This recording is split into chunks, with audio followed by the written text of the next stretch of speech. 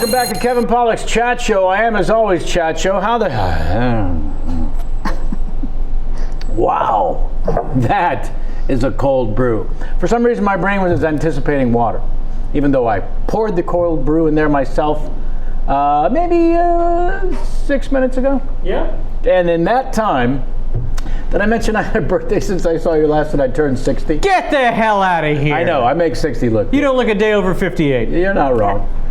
Yeah. I think you look younger. It's because when Jamie's asleep, like you've seen a cat over a baby in a crib. Yep. I'm sucking the life force out of her. I knew it. Yeah. I knew that's what was going on. Years. He looks better. I think you look better than me. Well, that's why I love you. I really do, though. But then I also have very low self-esteem. No. So I don't know. I think everyone needs to know that is what is behind what you're saying, which makes it less of a compliment, really, and more self-deprecating. Sam Levine, we've not seen, it seems like, for months. It feels like it, right? Yes. I don't know what happened, but You've just returned from the Florida, or as you guys would call it, it's not a state, it's a monster. That's right. The nation's dong. Well, you said Florida, which reminded me of Lisa's pageant costume, where she goes, "I'm not a state, I'm a monster."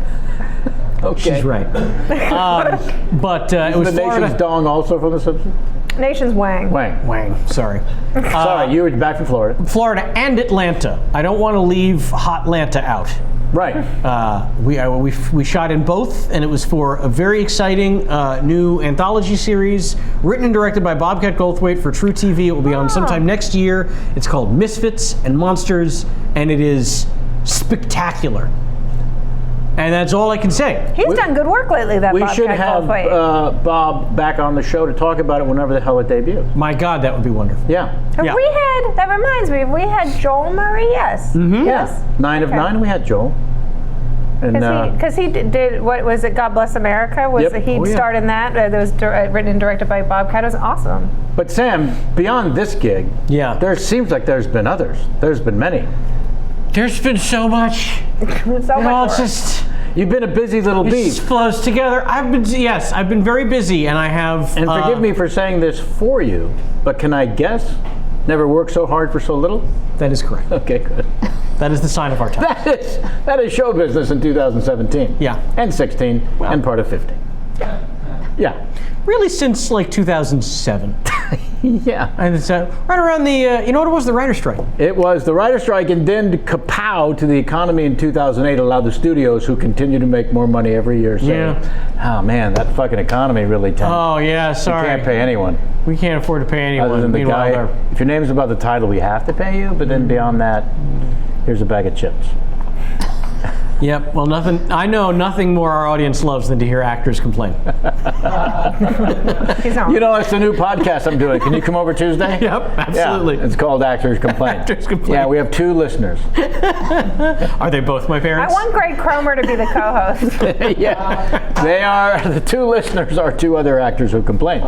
Yep. Yeah, there's no actual fans.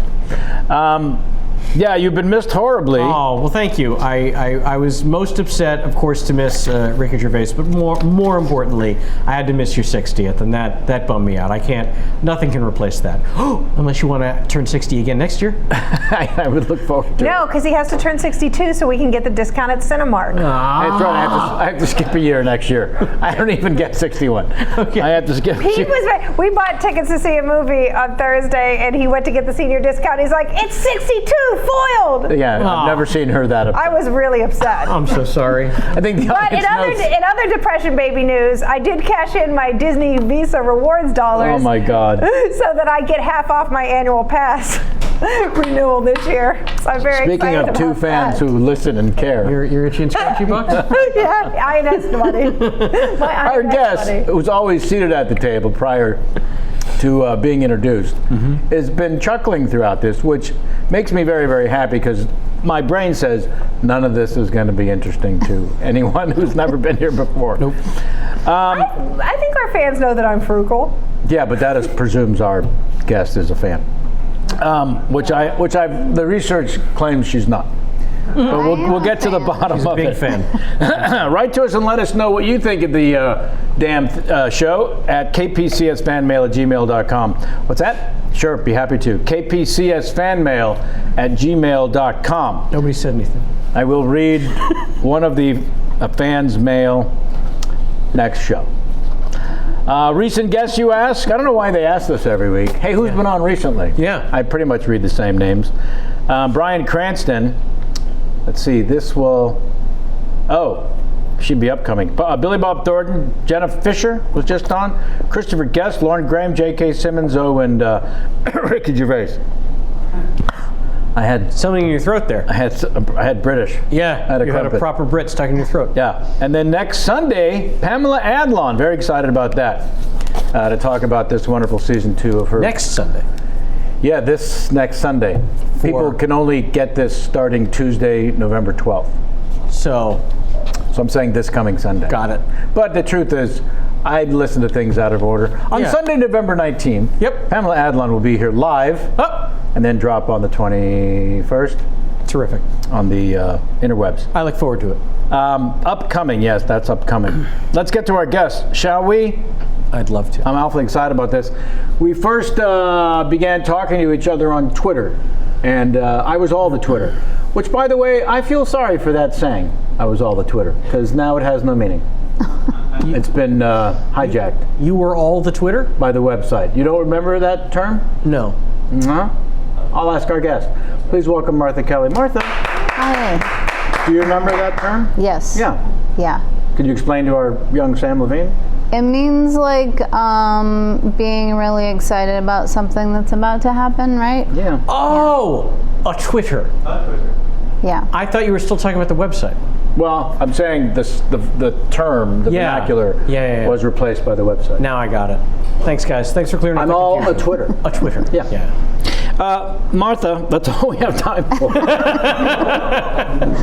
We're coming to the audience as we do live from the West Side Comedy Theater. And have you ever performed here? I know you live in Austin. Yeah, I have. You have? Yeah. It's been a while because I moved the last time I lived in LA for longer than a few months, I wasn't doing stand-up, and then I've lived in Austin and done stand-up. I didn't make any. It's been a long time.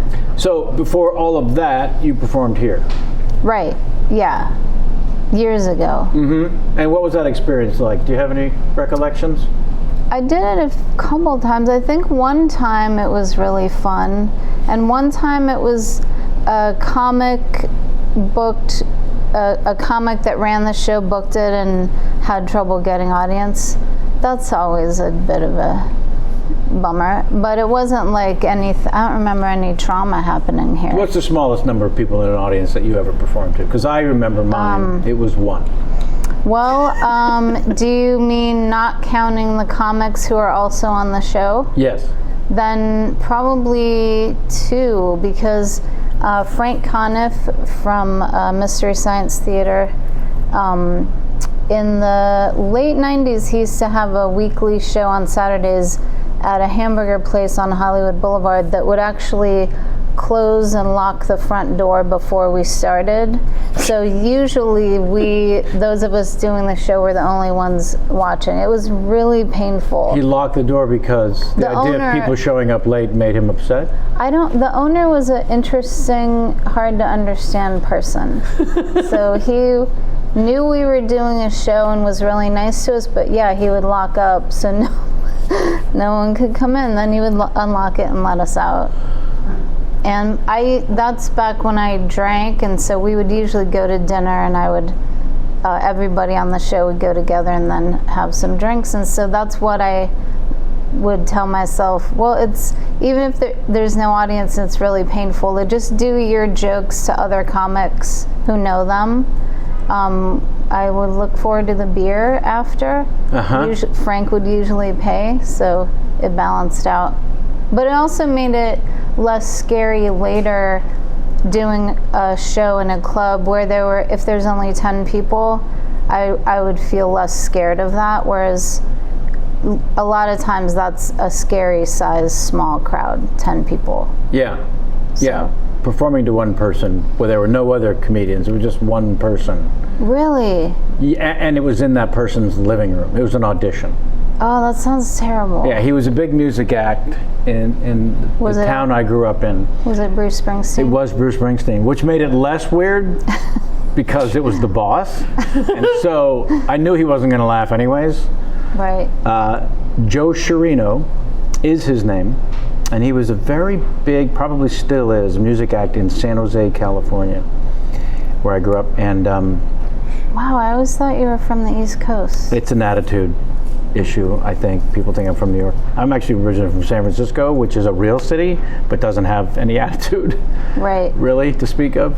So I adopted, I think, from movies, a sort of edge in my voice. I don't know. So this guy sat on his couch. It was like from the Mary Tyler Moore collection of furniture, as I recall. Like a velour. Oh. A burgundy velour, I want to say. Really painting a nice picture here. Was it in San Jose that you did that? Yeah, in his small home. Oh. Come to the house, he said. Let me see what you're going to do before I decide whether you can open up for me. Oh. Yeah, and he reeked of effort to laugh and be supportive after each routine. That's nice. He made an effort. Yeah. It would have been weird if he had just stared at me. Yeah. Oh, that sounds really. Although, how much fun is this to see in the front row of a show? It seems like they're always in the front row with the arms crossed. Well, I have had people, I think only once, actually yell boo during my act. Actually, the word boo. Yeah. These guys, I was at a club outside of St. Louis in the early 2000s, and just bombing every night to where I was the feature, but they cut my set down to 15 minutes. Just terrible.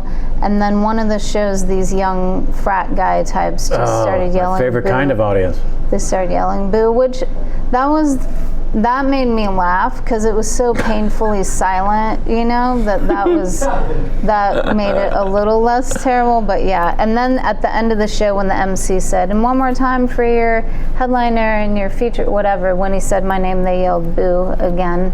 So it was pretty memorable. Yeah, that definitely stands out.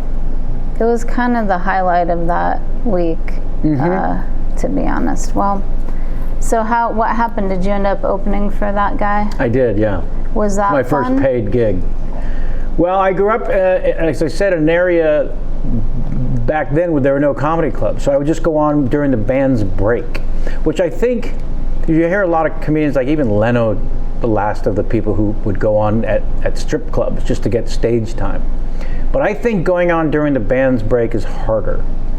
Because I always thought a strip club would be the hardest because the guys are just there to see the next girl. Right. You need to get the fuck out of the way of them getting to the next girl. But when the band takes a break after a long, loud set, it's the first time that guys have a chance to talk to girls. Right. And vice versa.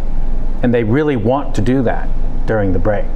And then they're asked to listen to someone talk who's not very good.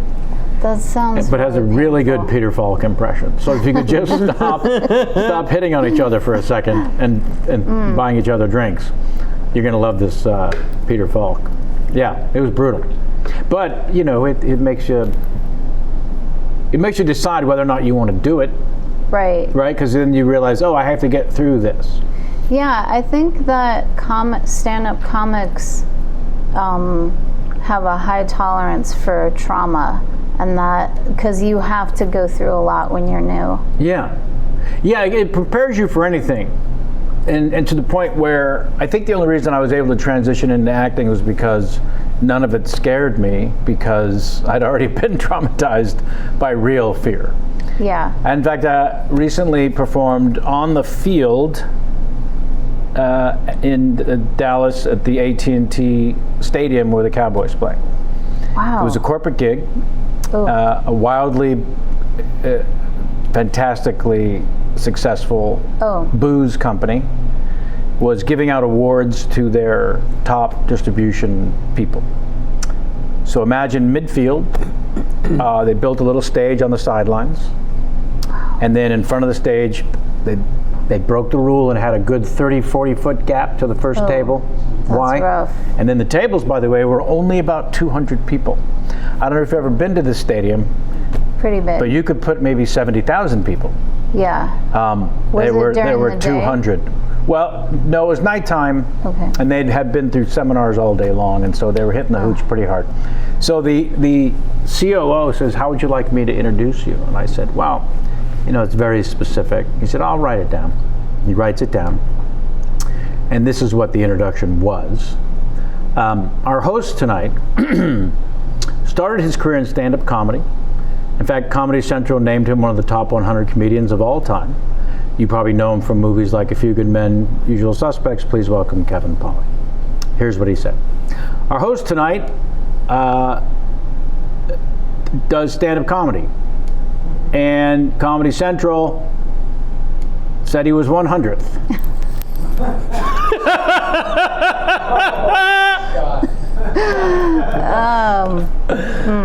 I mean, right? So normally backstage, to a normal person, there would just be panic. Instead, I went on stage and said, and then he fucked up Usual Suspects and said the unusual suspects. So it was so beautiful that I got to go on stage and say, I don't think an introduction's ever been fucked up that beautifully. And the audience went nuts, because I was also kind of making fun of him, which then I leaned on a little.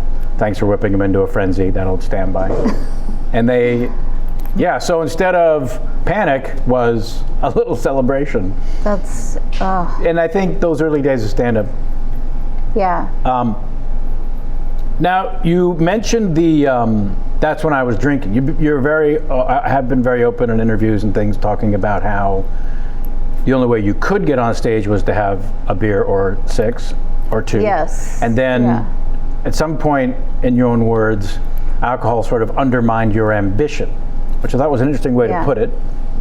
And then coming through the other end was how much more you enjoyed performing sober because you were actually present. Right. When in fact the booze, it seemed to me, was being used to dampen the present or being present. Right. To get over the fear. Yeah. So what was the transition like to be sober and anticipate the fear is going to come as it used to when I would drink?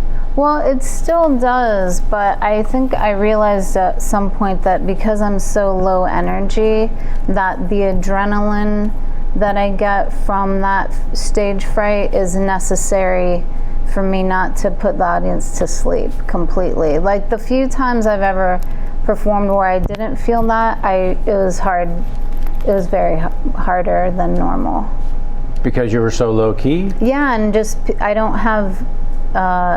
I just am so low energy that without terror, it's just people. I can't sustain anyone's attention, which I'm not saying I can normally either, but just it's much harder if I'm not scared. It's better for you and the audience to be present and sober because you have a little more terror? Yeah, but for the first couple years of being sober, I hardly did stand up because it wasn't even the stage fright so much as the social part of it. Like, that's one of my, and most comics I know, like being friends with other comedians is a huge part of why you like doing stand up. Sure. And then without alcohol, I just felt uncomfortable. Even around people I knew, I just socially felt so self-conscious and uncomfortable that it took me a while to get past that, more than the stage fright. And it's not just that everyone else is drinking, it's your own inner... Yeah, it's just the crazy, I think a lot of people who are alcoholic, one of the reasons the alcohol is such a magic potion for us is before it, there's a constant tape in your head critiquing everything you say and do when you interact with other people, so that it's terribly unfun for the for the other person. If you've ever talked to someone who, like, every other thing they say, they're like, oh, that was stupid. It's not fun for anybody. And then the alcohol turns that off for a while. So learning how to turn that off without alcohol took me time, and not that it's 100% successful, but by the end of my drinking, it wasn't working anymore anyway. I was still thinking those things. Right. So.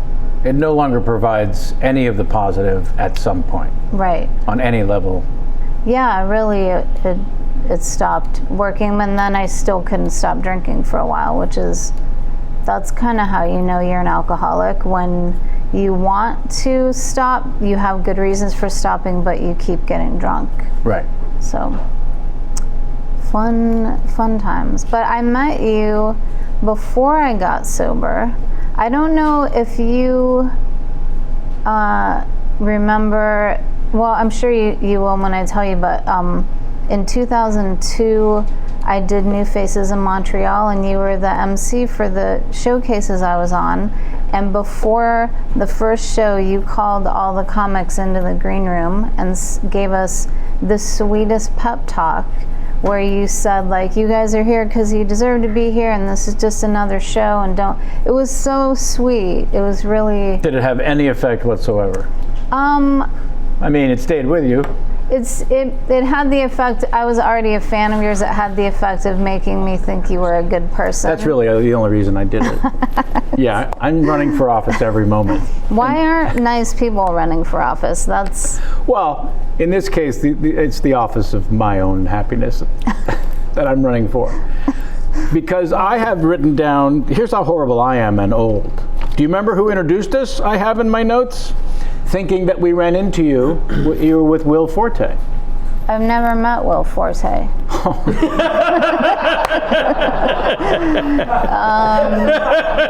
sorry, I should have. That's fantastic. I'm a fan of his, but I'm not. Oh my God, I really am the worst. At least you didn't play 9 holes of golf. Yeah, I said to John Hamm, who was on the show, it's so great to meet you. And he said, we actually met before. And I said, uh-oh. And he said, actually, we played 9 holes of golf together. Really? Yeah. See, I find that kind of thing really funny when people don't remember stuff or like call you the wrong name. Or I've reintroduced myself to people several times. Yeah. And sometimes it used to be I could say, well, I used to drink, so I'm sorry. I didn't realize we already met, but then it's been almost 14 years since I drank. So now when it happens, I just have to be like, well, I don't know. But I love embarrassing stuff like that. I think it's funny. Now I have to ask Will who he was with at Sugarfish.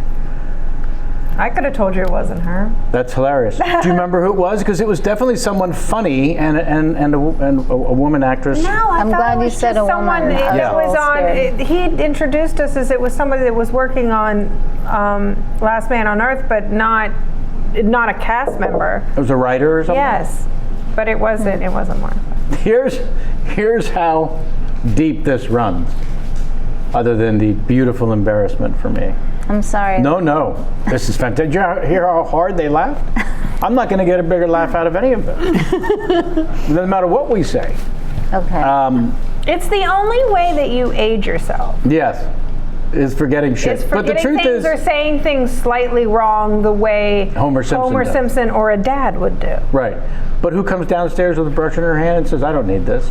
I do that so what? People do that all the time. Or walk 30s. Into a room and forget why you walked into a room. Right, so I'm simply suggesting it isn't just an age thing. So we have a segment on the show called Famous... All right, Jennifer Aniston, you're turning into my mom. We have we have a segment on the show called Famous Questions, where I reach out to famous people and I ask them to come up with a question for the guest. And it's always because you've worked with them or you are a friend with them. And so I asked Will Forte for a question. And he has one for you. He didn't really question whether or not he knows you. Well, I think that he maybe is friends with Zach and Jonathan Kreisel. Sure. And maybe that's why he maybe thinks we've met as well. Also, I didn't say to him, hey, remember that time you introduced me to... So I didn't use any reference. I just said, I need a question for Martha Kelly. Like, it's nice that you didn't qualify yourself because now he's just being a sweetheart. Now he's just being a sweetheart, which is who he is. Martha, please take a full minute. This is a famous question, in this case, request from Will Forte, who you've never met. But I'm a fan of. But you are a fan of. Martha, please take a full minute to describe the sound of a wink.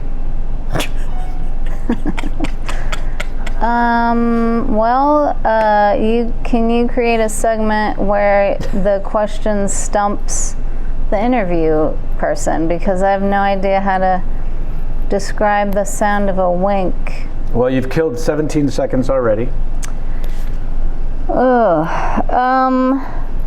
I've been for some reason that question made me super uncomfortable. You know what? I think that's what Will would have wanted. I think the mission accomplished. I also think the answer is no sound. It's the fact that he wanted me to take a minute to answer that made me think there is a right answer, but I don't know what it is. I think he was just trying to be funny, make you laugh, which he did. Fuck him. I'm just kidding. Yeah, right before you got super uncomfortable and nervous, you did laugh. You laughed instantly when I read the question. It is a funny question, but I'm terrible at improv, so I felt maybe like I should think of a funny answer, but I just kept picturing winking, which is uncomfortable. Sure. Unless it's like someone accidentally winks at you, that's fun. But if it's... Or an involuntary blink, I guess would not be a wink.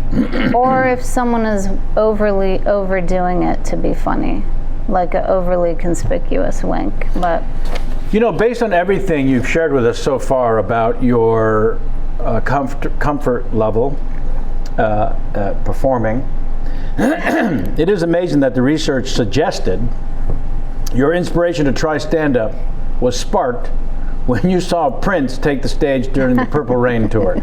You saw all this pomp and circumstance of an insane ovation of him coming out on stage, and you thought... Well, I was in high school. Sure. And I had wanted to join drama, and I think maybe recently had, because it was my junior year. So I was really shy and self-conscious, but also secretly wanted to perform. But then when Prince's Purple Rain Tour concert, I think it was at the Forum here. Sure. And that's the first concert I ever went to. And when he came out, the insane, that response. It's still one of the most exciting, if not the most exciting things I've ever been present for. It was so crazy. But it did make me think, like, how do you get, not having any musical talent, how do you get people to respond that way to you? Like, what is the career path? That was your takeaway. Yeah, well, my main takeaway was being in love with Prince. Sure. But then, yeah, part of me was like, how do people get that?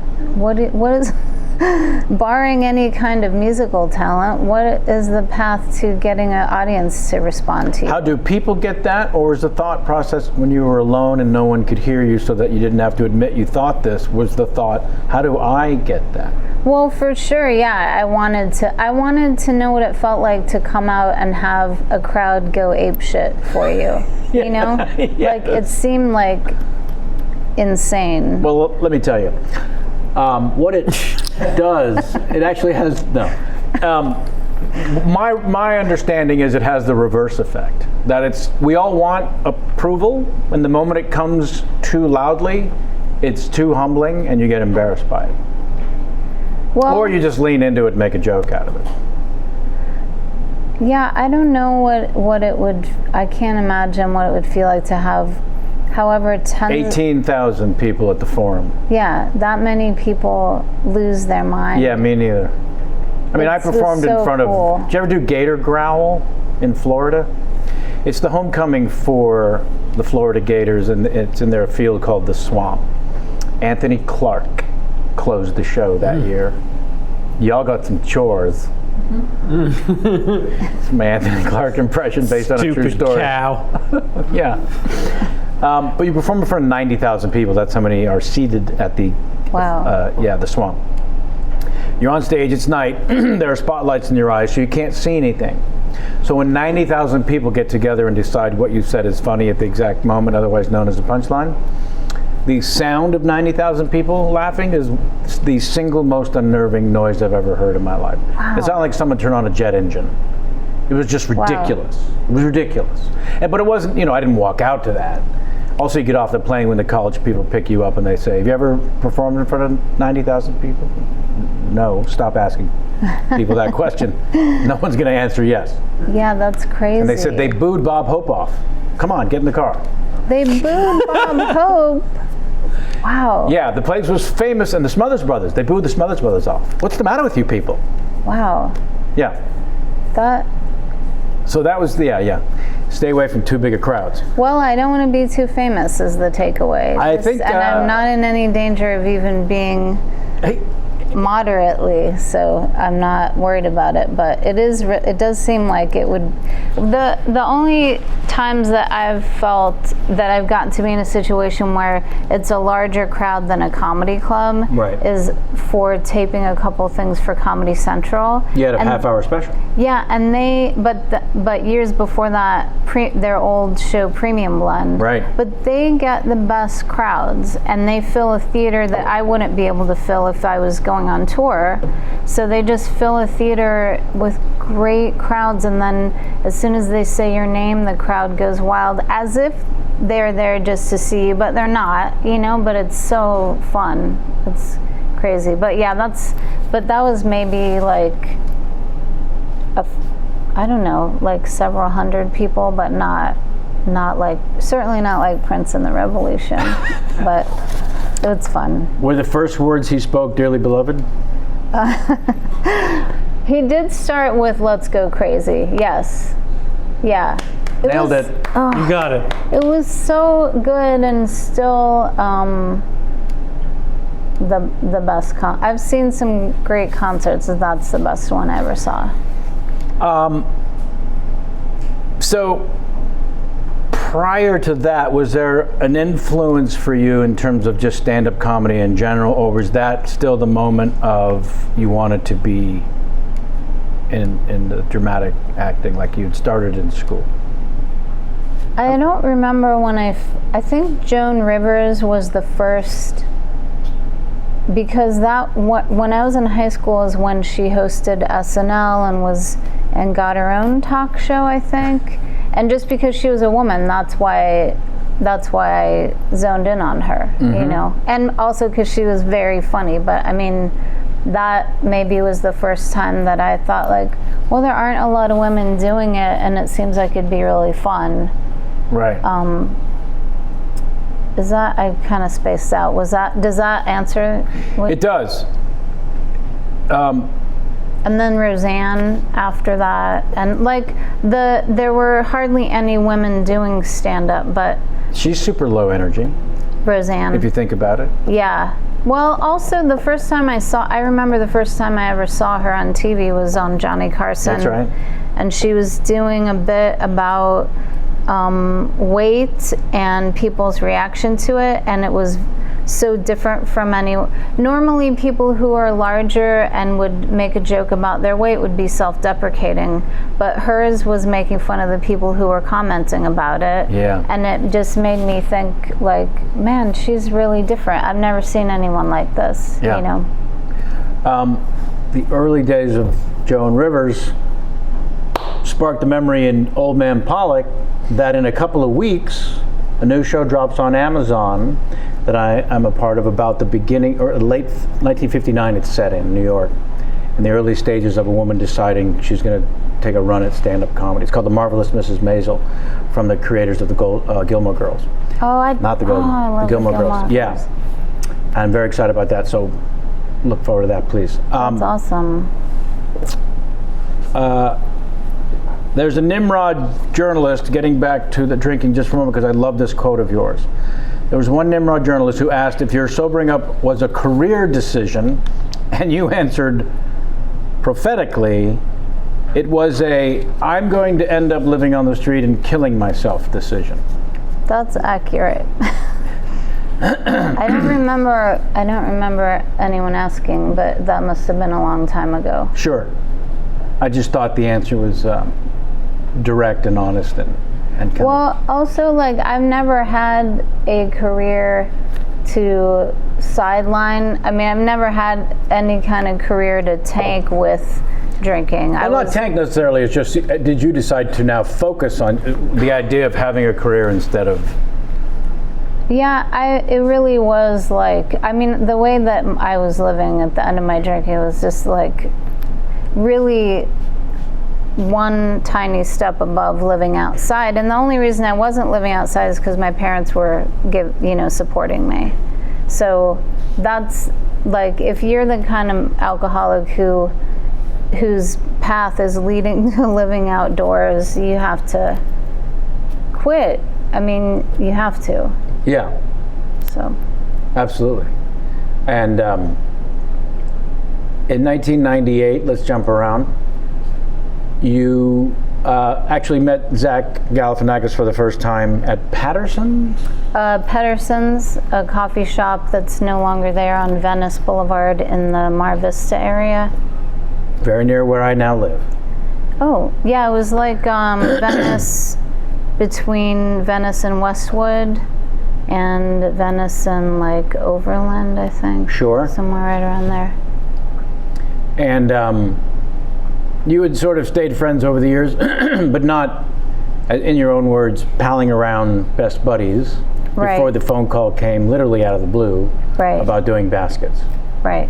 So that must have been, I think surprising is going to undersell what that must have felt like. Yeah, it was weird. Right. It was really weird. I think it had been like a year since I had heard from Zach. And before that, I mean, it was maybe we kept in touch once a year. Yeah, and then he just left me a message while I was walking. I came home. I was living with my parents at the time, doing online proofreading and really, really unhappy. And was walking my dog, and I just remembered during that walk being like, how am I ever going to move out on my own again? Like, I'm not making any money at this thing. I don't know what I'm going to do, but I can't live like this forever. And then I came home, and there was just a voicemail from Zach saying, hey, I'm doing this show. I want to know if you want to be a part of it. You probably don't. And then call me if you do. And I didn't even know if it was like a late night show that he was going to do a bit on, because he had asked me to do that one time, and I said no because I thought it would be embarrassing, and it probably would have been. Yeah, I didn't know. So you called him back. I did, and I left him a voicemail, and then it might have been a week or two before we talked, and I, during that time, thought, well, whatever message I left him was so dumb that he realized he doesn't want to have me on the show, whatever it was. So, yeah, I didn't think it was going to be anything until we talked, and he told me about the pilot, his idea for the pilot. They hadn't written it yet. And he explained your part as? That he was going to play a rodeo clown in Bakersfield, living in a motel, and he wanted me to play his personal assistant, who he would be really mean to. And then at some point when they were writing it, they realized there's no believable reason he would have a personal assistant, so it became the insurance agent. But I at first was like, I don't act. I probably am not capable of doing this. And he just said, you don't worry about it.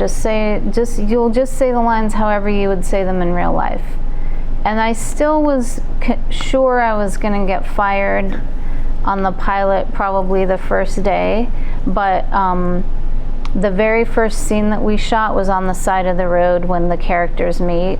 And so, and we were out near some fairgrounds somewhere, because like the base camp where all the trailers are and where you parked was a big dirt lot. And then they took me to the set on the side of the road, and I got out of the car, and like Zach was there, and he just walked up to me and hugged me and said, that was the very first thing that happened. He hugged me and said, don't worry, this is going to be fun. None of this matters. It's not a big deal. It's just going to be really fun and easy. And that's how he has been throughout, and Jonathan Kreisel, the showrunner and director, and everyone. It's just, I'm like, if it had been the tiniest bit mean Hollywood stuff, that the way that you see it portrayed in movies, which I'm sure sometimes it is that bad, But if it had been that way, I wouldn't have been able to do it. Yeah. We Sorry, are now Lance. living in an interesting time in show business where there's like a Nazi hunt going on for the bad people, the predators.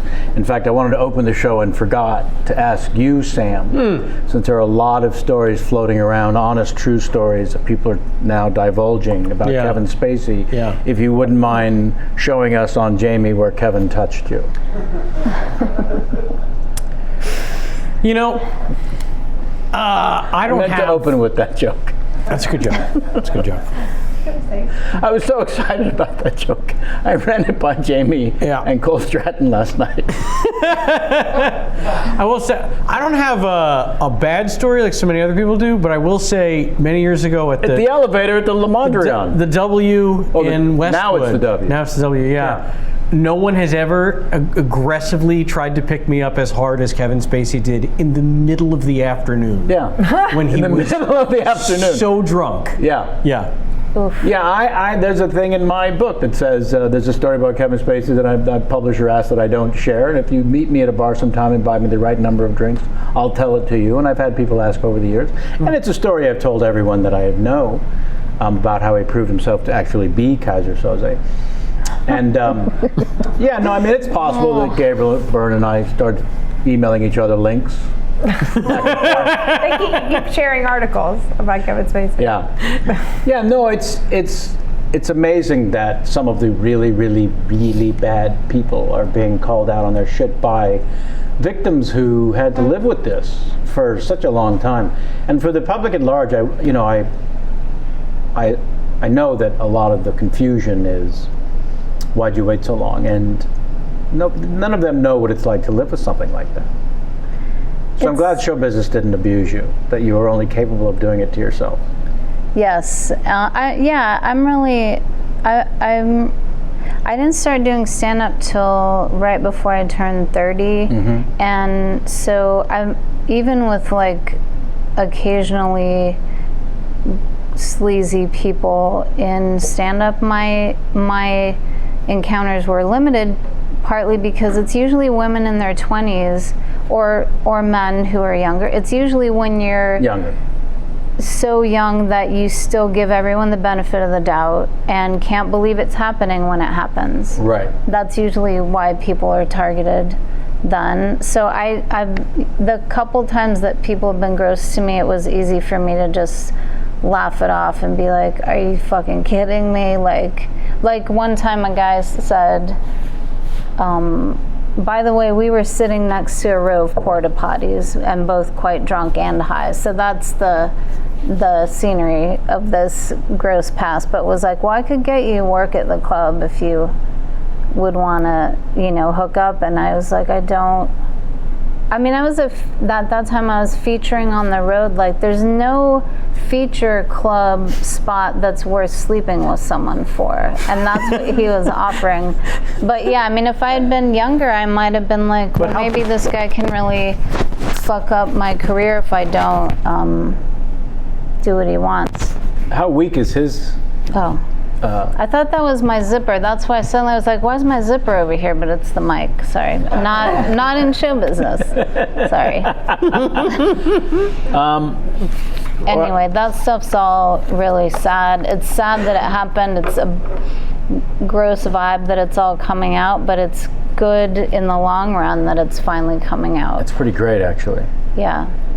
You thought you were going to get fired in season 1 because you couldn't scream. Yeah. You also, during the press tour of season 1, insisted to the New York Times that if there were a season 2, you would, quote, put a lot more effort into acting. That has turned out not to be true.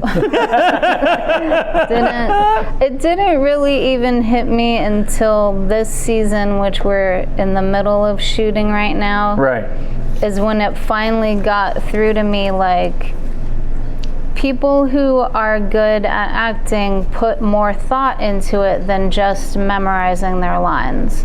That was my whole approach for the first 2 seasons. Was I show up on time, I always know my lines, and I'm always at least pretending to be in a good mood. If not, usually I am in a good mood because it's a fun place to work. But like, I feel I put more thought into contributing to a good atmosphere on the set than I did into performing. And then finally, which I still think that's important, to have a good atmosphere, because people on the crew work really long hours and they're really working. They're working way harder than we are. Yeah. So no, I don't feel like any actor should go onto a set acting shitty. Yeah. But Also, you managed Spencer Tracy, considered one of the all-time greats, was the one who coined the phrase, just show up on time, know your lines, and don't bump into the furniture. Yeah, but he was compelling to watch? Yeah, and he also probably did put more thought into his actual performance than that. He probably and had a lot of talent. I think there have been a couple times where you've been shooting where Zach or Jonathan will be like, we'll do a take and then they'll be like, I think your character is actually feeling this way. And it hadn't dawned on me, but I just was like, oh, I know what my lines are. I don't know, it's not a good... But so how do you take in the fact that happens on occasion that people present themselves to be genuine fans of what you're doing on the show? Because you know, you do stand out, and it's to hear, read and then hear the stories of, Zach said, just, I want your vibe in this character. And if you start to do the math, you think, why did that phone call come out of the blue? Because something in your personality on stage, right, your stage persona, which isn't too far from your offstage persona, as you're in conversation with me now, stuck with him in terms of the tone of this character needs to be that dry and that not performance, right? So when you nail that and you're saying, yeah, but all I did was memorize my lines, you're still accomplishing his goal. But I guess I feel like it's like if someone writes a part for you that has the same emotional range that you have in real life and sounds like you and mostly looks like you, except for the Laura Ashley dresses, like that is then the only obstacle would be if you get so in your head that you fuck up the lines or can't relax and just talk like you're just talking to someone instead of the truth, which is there's a crew and a camera. Like, I mean, in other words, it's not the same as if I was acting in a role is nothing like me, which is what most actors do, parts that aren't anything like what they're really like. Yes and no. I certainly get a lot of work based on some sort of personality that I've put out there. I'm rarely asked to stretch that much, to be honest with you, because I think that my range is limited also. Well, I mostly just consider it an act of God that Zach hired me, like that something out of the blue. Do you remember on Bewitched when she would put a spell on someone and they would say something and then they would go, why did I say that? Do you remember that device? They bless you. That's how I bless you. That's how I Jamie. So she probably muted her mic. Oh, sorry. So the audience so it just didn't hear looks her like apologize. I just want people to know I'm a hero for saying bless you. This is true. My mic was muted. I sneezed not So once, while you not were telling twice, a but story, thrice. you interrupted yourself with bless you. I always feel like if someone sneezes around other people and no one says bless you, that it's like they've been snubbed. That's really why That's good. Yeah. You're looking out for the little person. We were on Bewitched. I do remember when Bewitched yeah. made people say things and then they That's instantly said, why did I? Usually That's it was how I Larry look Tate. at- yeah. The Larry Tate character who said, why did I just say that? Right. And that's how I picture when Zach had the idea to hire me and have me on that show. So you're halfway through shooting season 3. Right. And have you yet still had a moment with Zach where you said, why did you?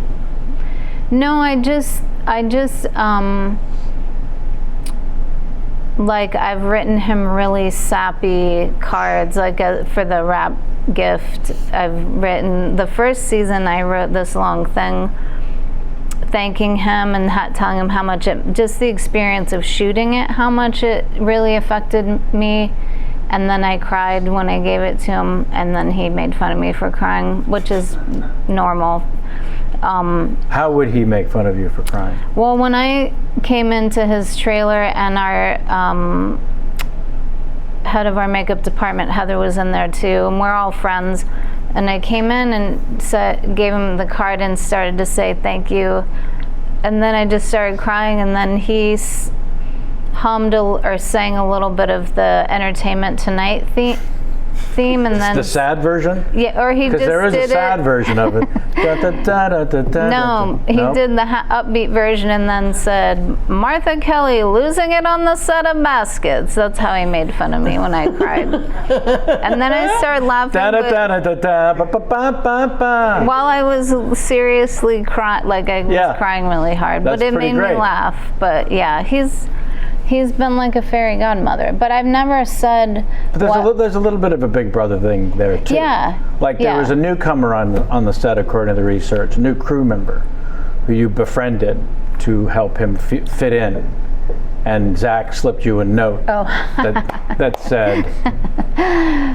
He folded up a piece of paper and handed it to me, and it said, Martha, must you hit on every man on the set? I still have it, and it made me laugh.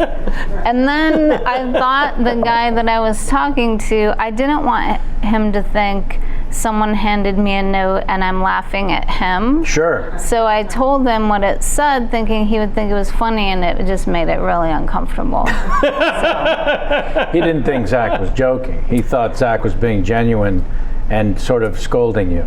Or he just didn't understand Humor. humor. Yeah, I don't know, but I thought it was so funny. Let's see if there are any more last second famous questions. I tried. Did you? I'm so sorry. You I don't- failed? I failed. I was only- checking right up till we got here. That's okay. The only famous people I know, I think, are Zach and Louie Anderson. Yeah, let's talk about the genius casting just for a moment of Louie Anderson to play Zach Galifianakis' mother. Mm-hmm. It may be one of the more inspired, and also just the beauty of the freedom that FX is giving, because I don't see one of the so-called broadcast networks saying, no, that's good. You should hire a man to play your mother. Well, when And Zach, play it straight. when he told me about the pilot and said Louie was going to play his mom, it did make me laugh really hard.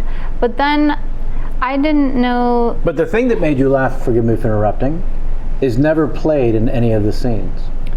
The notion, the ideas of what made you laugh is never played. That's the kind of weird genius behind it. We're not doing a bit here. It's a funny thing on a piece of paper. Louie Anderson plays my mom. Right. That's funny to read. But that joke is never present. Yeah. And Louie not only is super funny in that character, but he's also really sweet and sad.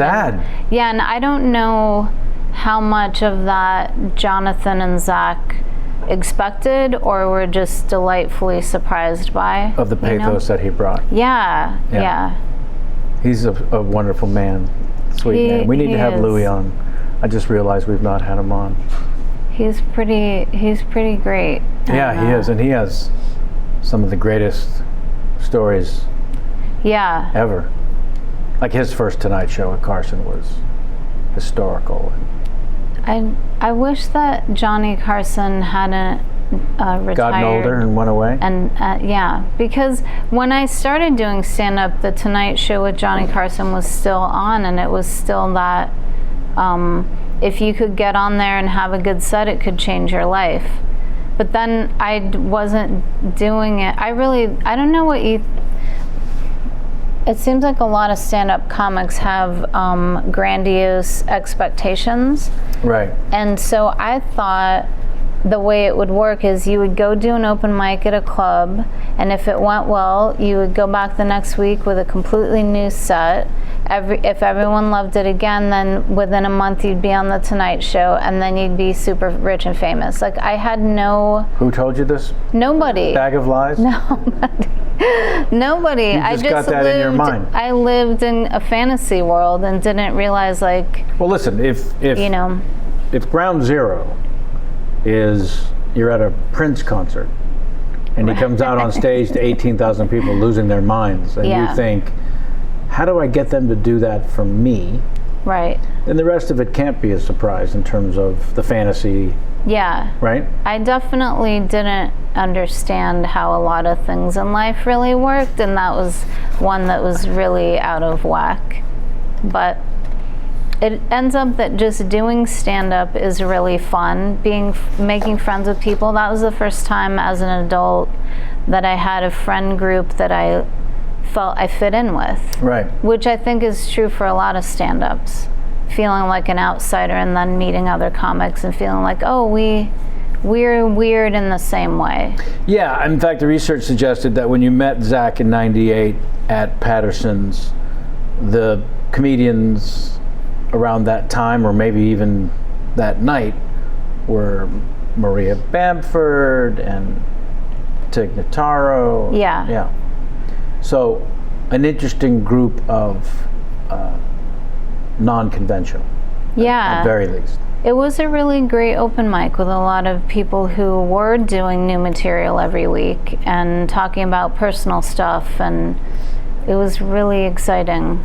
I don't remember the night that I met Zach, but I remember one night early on thinking, like, he's really different. I'm like, he really stands out amongst all these really funny people. And then I found a diary from back then, because I've moved a lot the past few years, and I found a diary, and I had written like a little paragraph about almost everybody at that mic, because it was so exciting to be getting to know these people, and I definitely like idolized a lot of them. And I had written a paragraph about Zach, and it was really cute. It was just like he said hi to me tonight. That was the gist of it. And he's so funny, and so he's everybody. I think I had the same response to him that everyone has, that he's really funny and very lovable. And very original. And I went down a little rabbit hole of looking at clips of your stand-up. And you also paint in the abstract, I think. Certainly from what I saw in terms of, I was I'm paraphrasing horribly, I was in my car at a stoplight, and someone in another car was seeming to be flirting, and then ultimately...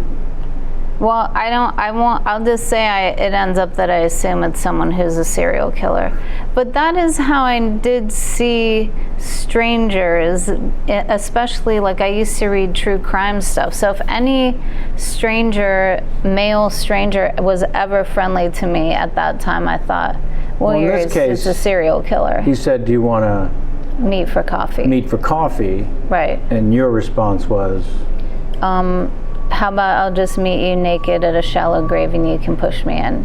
And I really did feel that way. I understand, but that's but that's very abstract painting, thinking. So I'm wondering, who were the influences to that?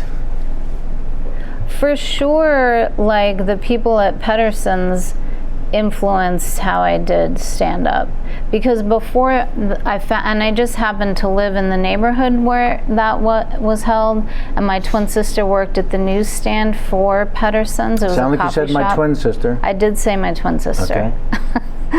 And then, so it was right in my neighborhood, so it felt sort of, again, maybe I live in a fantasy world. Sometimes it felt kind of like fate that I ended up there, because it was right where I lived. And I'd been wanting to do stand-up for years, and would do it once a year at an open mic at the Laugh Factory and bomb horribly and not do it again for a year. And then I found Pedersen's and started doing it all the time. And In your backyard. So it was like the universe said, we're going to make this as easy as possible for you, and also bring some of the better, more original, and soon to be successful, funny people to that same room. I think of it as like that it was really good luck that I felt moved to live in that neighborhood where that was going on. Like, I really, really am fortunate that I found that group of people, because they had a huge impact on me. And a lot of them, like, there's a comic named Cynthia Levin who was another one where I just, like, I idolized her. Every week she did something that you'd never heard before, and they were talking about like human nature as it related to their own experiences instead of just funny circumstances, and I loved all of that, and we're inspired by it.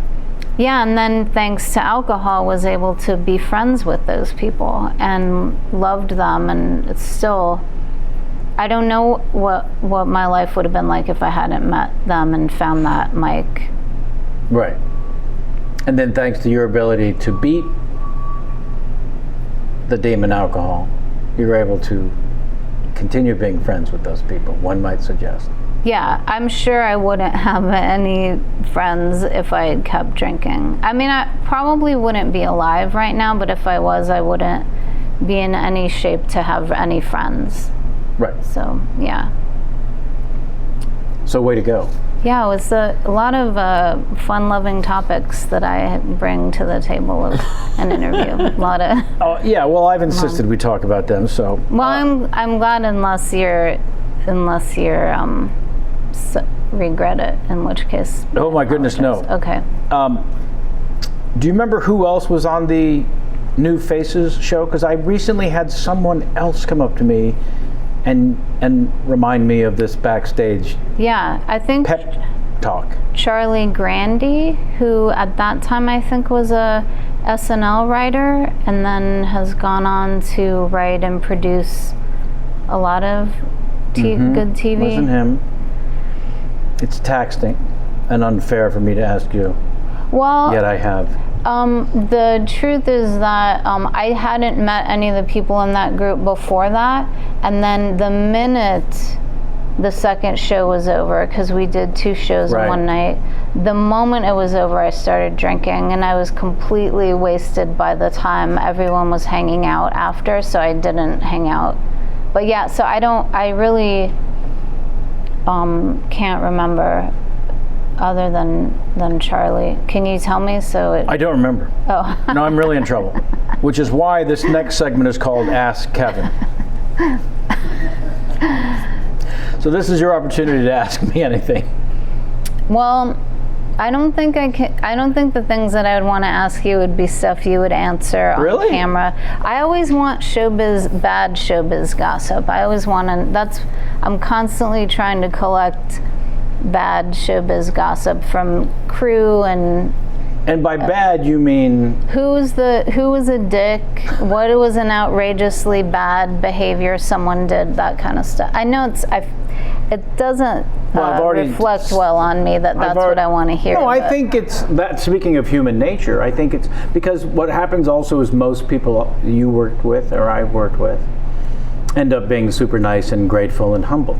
So we can't help but be titillated by the occasional snippet that someone was dark or evil or just awkward. I've already insisted there's a story about Kevin Spacey. Which is a bummer. Well, there's many, as it turns out. No, yeah, I mean... The bummer is all the people that were... hurt. Yeah, I agree. I'm not It's a bummer to hear someone whose work you admire turn out to be awful. Yeah, but it is more of a maybe bummer. Maybe you should stop asking people to tell you stories. Did you like Rip Torn? Do you know who Rip Torn is? I love Rip Torn. Yeah, is just he a horrible... bastard? God, I think he's no longer with us. He is very much alive, unfortunately. Oh, okay. Well, by that I mean he tried to rob a bank in his pajamas at 5 a.m. and that was 5 or 6 years ago. So he's technically not really with us. Yeah, what happened? He was classic paranoid schizophrenic on the set of Canadian Bacon, and every day someone on the set, crew or cast, was out to get him. And if I had a nickel for every time he said, "I was on Nixon's list," I'd be a very wealthy man. Because I thought, wow, that sounds kind of cool to be on Nixon's list. My uncle was paranoid schizophrenic, and it's scary. When you're facing it from a loved one, I imagine it's unnerving and horrible. And well, he lived in Texas, so we would visit there in the summers, and I only ever saw him a couple times when he was off his medication. The thing is with people who are on medication, which I am on for depression, is that there is always a part of your brain that says, when you're feeling better, I don't want to take my medication anymore, I'm fine. Right. And with depression, it's usually just that you spiral down to sadness and can't get out of bed, and then you go, "Why? I need my medication." But with other illnesses, it can be dangerous to other people, like manic people, schizophrenic. That can get really scary. Yeah, it's a chemical imbalance. Yeah. I'm sorry that Rip Torn was a dick. I'm not bummed. I'm not predominantly bummed about the Kevin Spacey and other people's stories because I liked them, and I'm sad that I can't like them anymore. I'm sad that they did that. It's just, anytime you hear about abuse, like, it's horrible that anyone went through abuse, and then you know that the abuser is also, their inner world is just darkness, and I hate thinking about that. Yeah. You know? Yeah, no, it starts to feel a little bit like a sociopath because they're putting on a different face. But it's not like it's fun when an abuser... I'll give you a fun one. The Rip Torn one's a fun one. You'll feel good about it because it's funny. Okay. Nothing funny about paranoia or schizophrenia. But this story is funny. Okay. So the character actor Kevin J. O'Connor had the hotel room next to Rip's while we shot in Toronto. And every night, Kevin J. O'Connor and his new young bride would hear Rip Torn yell at the hooker du jour through the thin walls of the hotel. Ugh. And when he heard Rip Torn yelling at them, went from creepy, awkward to hilarious, because you realized it was Rip Torn. And the hookers didn't care. They were just there to make their money, and he wasn't being physical.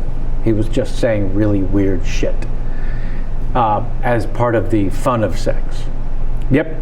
So Kevin J. O'Connor decided to make a top 10, he and his new bride decided to make a top 10 list of crazy shit we heard Rip Torn yell at the hooker through the wall. That's crazy. And I'll give you the number one if you give me a little drum roll.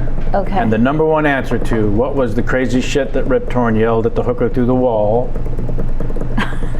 I said, "Milk it like a cow." That's so gross. Oh my God. But you involuntarily laughed. Which is a great thing about laughter, is that it's involuntary and you can't hold it back. It happened. Oh, that's so gross. Yeah, sure it is. Absolutely. Yeah. You know, Rip Torn, when they were shooting the Larry Sanders Show, on more than one occasion, would walk into the offices of the writers or executive producer, throw down the new script that they were going to shoot next week, and say, "Tambor has 6 more lines than me. I won't do it." And he wasn't kidding? Ugh. If you have less lines, you have less work. You don't have to That's what I've always said. The pay is the same. That's why we love Martha Kelly, and I can't thank you enough for spending a good deal of your Sunday with us. Well, it was great to get to re-meet you. I love that you thought we met with Will Forte. And that I didn't remember at all that I had possibly said something that inspired or made you feel well, good. I didn't expect you to remember that because it was 15 years ago, and like everybody who does stand-up for a long time, you meet so many people, you won't always remember the people that affected you. So I didn't feel like you should remember that, but I wanted to tell you because I wanted you to know how sweet it was and how it obviously stuck with other people that night too. I remember just feeling that there was a lot of false pressure on everyone. So that was probably behind the, hey, listen. Yeah, but a lot of people who were at your stature would have not thought twice about how the New Faces comics were feeling. They would have been like, I'm here for my part of it, and I'm gonna think about myself. That's how most people are pretty selfish. I don't mean that like most people are shitty, but just don't think as much about self-involved, other people. worried about their own shit, worried about what I was going to do on stage that night. And instead, you wanted to at least try to help us not feel as terrified, which is very sweet. Oh, well, listen, I could go on listening to this all day just so that Jamie would know that someone out there feels differently. It's time, though, for Kevin's pop quiz. Between 5 and 15 points possible for each of the following 3 questions. And once the final score is tabulated, it will be posted on our website along with the current standing among the top 100. Are you ready? Well, can I ask you one really quick question first? A real question that isn't looking for dirt. When you guys shot A Few Good Men, did you meet a lot of real military people while you were shooting? Were you on a location that was an actual base? The scene where we went to talk with Jack Nicholson's character was supposed to be Guantanamo Bay. We wanted to shoot at Guantanamo Bay. The director, Rob Reiner, had sent the script to the Marines at Guantanamo Bay, whoever runs that base, and we're told, you make, the colonel, Marine colonel you've depicting in the film turns out to be a lunatic. Spoiler alert. Be 25 years old in December, this movie. So we're not going to help you. So we had to shoot that in Long Beach. And everything was made up. There were no real military. Gotcha. Yeah. Thank you. That was not one of the questions that I'm about to ask you. Question 1. Sammy Davis Jr. or Ann B. Davis? And wait, what's the context? Who do I like more? There's no context. Well, I'm torn because Sammy Davis Jr. was like a huge talent. But Ann B. Davis, I feel that the Brady Bunch is an excellent source for human morality, and she played a part in that, so it's hard. I can't decide. That's the correct answer. Okay. Question number 2. Carl Weathers or The Weather in Carlsbad? Carl Weathers from Rocky. I haven't been to Carlsbad since I was a kid and we went to the caverns, so I don't even know what the weather is there. So, but in any case, he was terrific, is terrific. So, for sure, Carl. Also correct. Last question. Keith?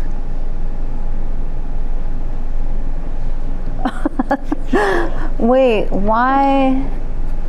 Oh, wait a minute. Fuck. Yesterday, someone was talking about Keith, and it's something to do with Trump or the scandal. And I asked him who he was talking about, and he told me, and I fucking can't remember. This is not related to that. Is all I can tell you. Okay, so Keith, the answer is Dom, maybe, but in my opinion, Keith Richards from the Rolling Stones has a underground river of sweetness somewhere in his spirit, because he has written some of the most beautiful sad love songs, and I love him for that, regardless of a lot of his behavior. 3 out of 3. Well, I did it. I won that. No one's ever nailed all 3. Well, I can't thank you enough. Normally we end the show with something called the Larry King game, but you made it crystal clear that you do not enjoy improvising, and I don't want to torture you, because it would call for some improvisation. Yeah, one thing about improv, one time during the pilot, the day I worked with Louie on the pilot, he started improving, which he does all the time and he's great at, and I panicked because I couldn't think of anything, and I yelled, "Cut." and then the director said, that is the ultimate opposite of yes and. Yeah, so. Cut. Thank you for not making that He improvised You panicked. and I yelled cut. And then Jonathan, the director, Jonathan Kreisel, is so sweet, and he laughed, but then he was like, but really you can't, only the director says cut. And I was like, I never did it again. But I didn't know, because when you watch TV and movies and they depict things being shot, it seems like anybody can yell cut. So I didn't know that. Anyway, yeah, bad at improv. Real bad. Terrific. Panic and freeze, yeah. Well, you did so well in every other regard. I won't torture you. I refuse. Well, thanks for having me. I'm a fan, and I was really couldn't believe that you wanted to have me, so thank you. Oh, please. I adore your work on Baskets. Thanks. It's how I became familiar with you, and as I said, I watch a lot of your stand-up and thought you're just great and can't wait.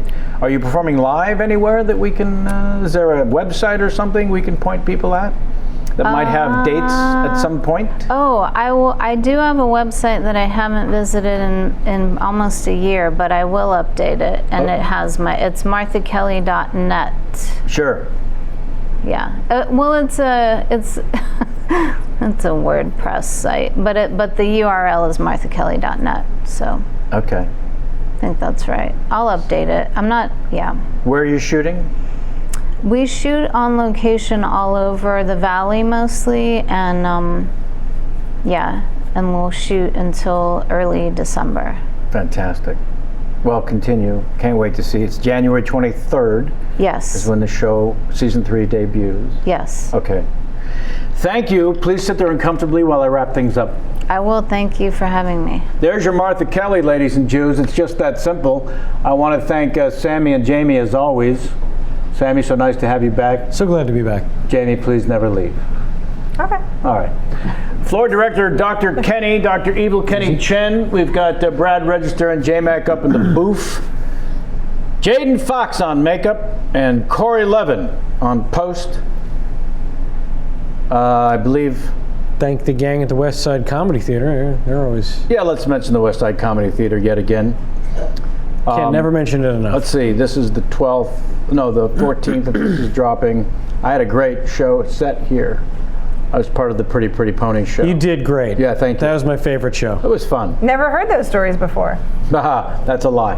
All right, next week, Pamela Adlon of Better Things, creator, co-creator, and star and director of the entire second season, 2 episodes of which I may or may not be in. Yes? We forgot to thank Luke. Luke Allen! Because Whoa. he's where? Hiding?